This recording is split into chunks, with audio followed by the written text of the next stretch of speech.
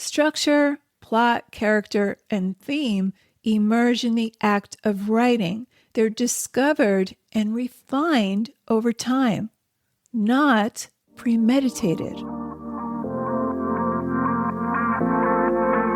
Writer Unleashed is for you, a writer who has the story you want to bring onto the page and into the hearts and minds of readers. I'm Nancy Panuccio, writer, editor, and book coach. Each week, we'll explore techniques, mindsets, and inspiration for writing stories readers can't put down. Thanks for spending some time with me today. Now, let's begin.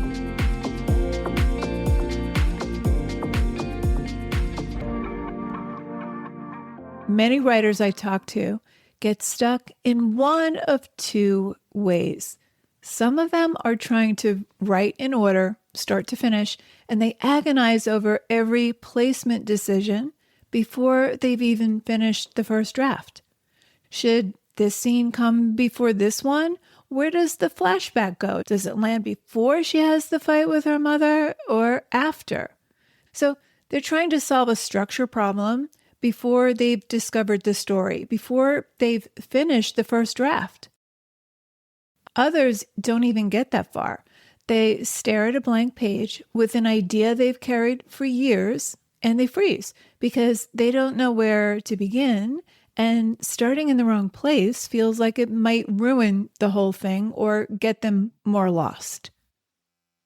Now, on the surface, these look like opposite problems, but they're not.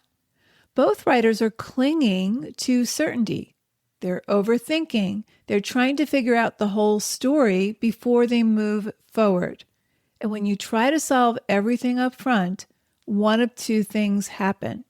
You either end up with a draft that's over-engineered, contrived, all the pieces locked into place before you continue to write, or you never write it at all because you think you need the story all figured out first. But all you really need is a way in. And here's the truth. There's no wrong place to start. There's only the place where the story is already alive for you. Scene sequencing, the order in which your story is laid out across the page, is something you do during revision. It's not something you do in the first draft. And when you cling too much to certainty, you get stuck arranging pieces of a story that you haven't actually inhabited yet. So today, I'm giving you a 4-part framework for getting out of your own way long enough to actually start your story or finish it.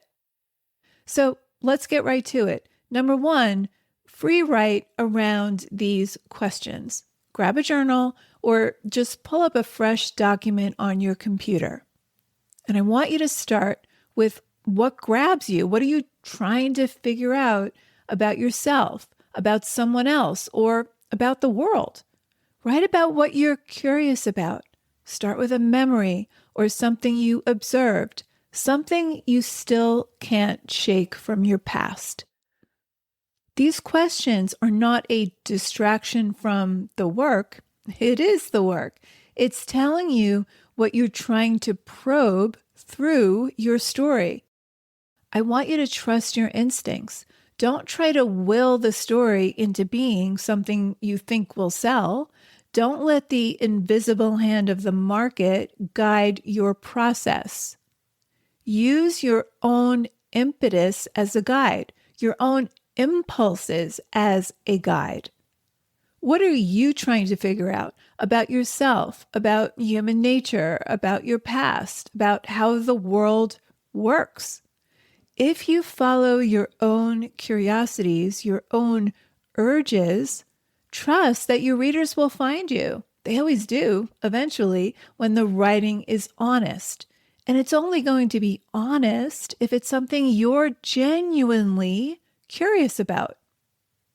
Now, writers are on a quest of sorts. The same questions and obsessions haunt us throughout our lives, often throughout our entire body of work.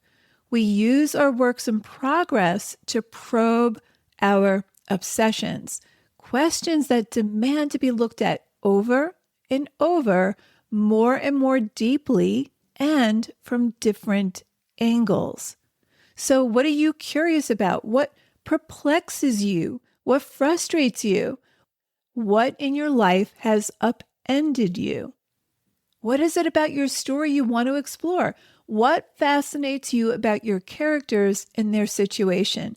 What are you trying to understand about yourself through exploration of this particular piece of writing? There's clarity in the questions themselves. So, a question for you to explore. What's a memory, an image, or a question that keeps returning to you even when you try to write about something else? That's usually where your first draft actually wants to begin.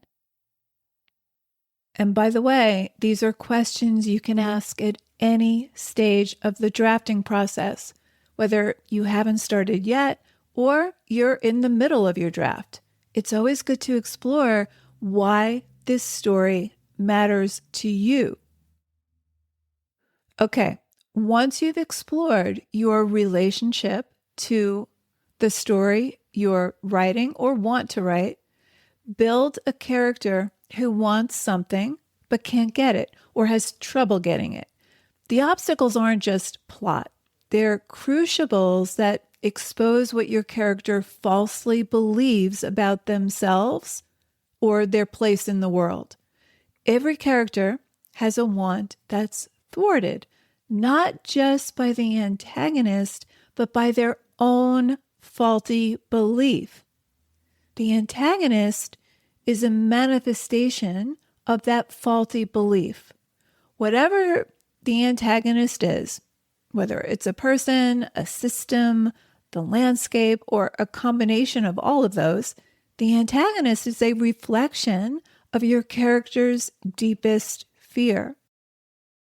Whatever your antagonist does to your character externally, it should be pressing directly on the wound they're least willing to look at. So ask yourself, what does my character want? What do they believe getting it will give them? What are they actually hoping to feel once they have it? Is it safety? Is it self-worth? Is it love? Is it belonging? Is it control? The want is rarely the point. The want is a stand-in for something underneath it.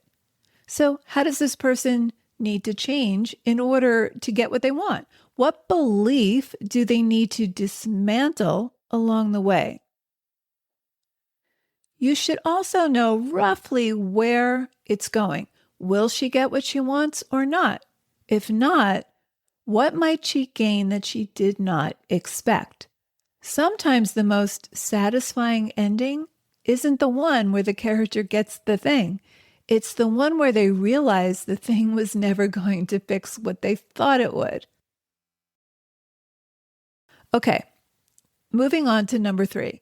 Once you've explored your relationship to what you're writing about and what questions you're trying to explore, and you've funneled that into a character who wants something and has trouble getting it, write 3 scenes.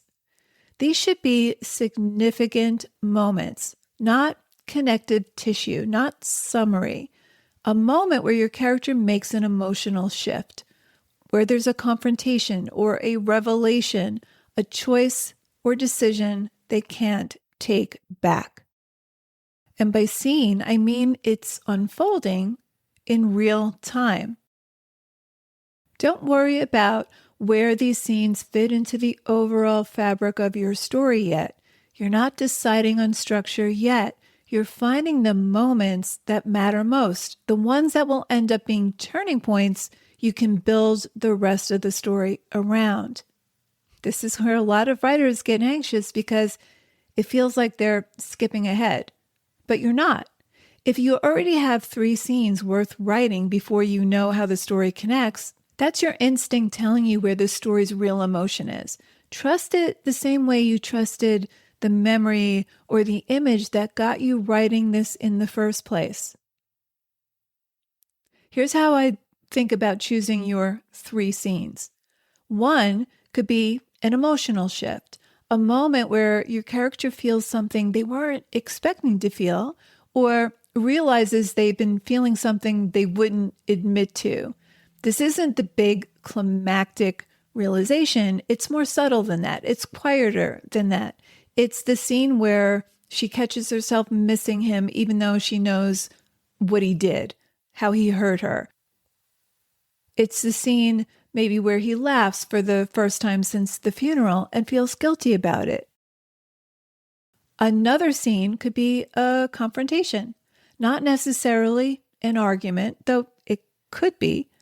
A confrontation is any scene where your character has to face something or someone directly and can't sidestep it. It could be her finally telling her mother the truth. It could be him standing in front of that person he's been avoiding for years. Confrontation scenes reveal character fast because there's nowhere to hide. Whatever your character does under that pressure tells you who they actually are, not who you've been assuming they are. The third scene could be a revelation, a moment where your character or your reader, or both, understands something that reframes everything that happened before it. This doesn't have to be a plot twist. It can be a scene where she realizes the reason she keeps leaving relationships has nothing to do with the men. It's the moment he understands his father wasn't protecting him, he was controlling him. You can always figure out later whether it belongs in chapter 3 or chapter 19. Right now, you just need to know these scenes exist and that you were able to write them. Once you have all 3, read them together. You'll likely start to see your character's arc taking shape. You'll start to see patterns. That's the story starting to tell you what it is instead of you trying to tell it what it should be or trying to will it into something that's saleable. Okay, once you've explored what you're eager to write about, you have a character who wants something and has trouble getting it, and you have at least 3 scenes. Number 4, know what you want the reader to walk away feeling, thinking, or doing. For example, when I first read David Nichols' novel One Day, it made me want to spend more time with my kid and to remind him every day how much I love him. Life is precious and temporary. We never know when our time with someone is up. Not that I didn't know this before.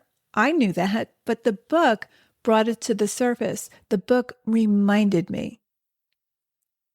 Lolita left me with the idea that we tend to justify our bad actions to ourselves privately. But at some point, we need to take accountability and reckon with our bad choices, with the wreckage of our bad choices. Now, some books are pure entertainment and we read them for excitement. For example, Ellen Hildebrand's novel, The Perfect Couple. We're surprised about who murdered the maid of honor the night before her best friend's wedding, and we're even more surprised the poison was meant for someone else. Maybe you just want your reader to leave with a feeling of hope, of surprise. The killer turned out to be this person. Or maybe you want a bittersweet ending, a character who doesn't get what she wants, but gets a realization she needed instead. Or a character who does get what she wants, but loses something equally, if not more important, along the way. Whatever it is, you want to know this before you write the last page. Not the exact words, not the scene itself, but the feeling underneath it. That's what you're actually writing toward, even when you don't know yet what happens in chapter 12. So don't worry about starting in chapter 1 or writing in order.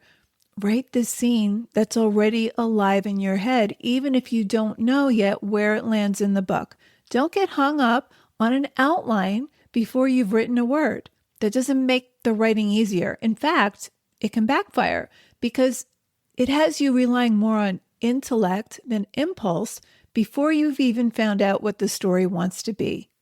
Structure, plot, character, and theme emerge in the act of writing. They're discovered and refined over time, not premeditated.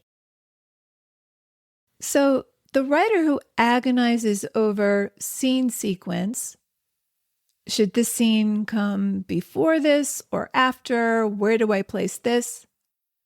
And the writer who's frozen on a blank page are stuck for the same reason.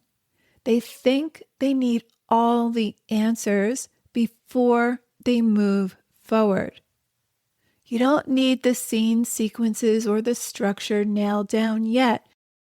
You need the pull, the memory you can't shake, the character who wants something and has trouble getting it. 3 scenes or more that expose something the character didn't have before. The feeling you want the reader to carry out of the book, whether that's hope, reckoning, surprise, or the particular ache of a character who got what she wanted and lost something else in the trade. Get those 4 things nailed down, and the order in which the story is laid out on the page reveals itself later. By then, you'll actually know what you're building a container for. So there you have it. Thanks for hanging out with me today. If you know any writers who need some support in their writing, please share this episode or the Writer Unleashed podcast in general. And if you love what you're listening to, subscribe on your favorite listening platform. And if you're listening on Apple, please leave me a review. Reading how this podcast impacts your writing truly lights me up and helps me create topics for the show. Till next time, keep writing, and I'll talk to you soon.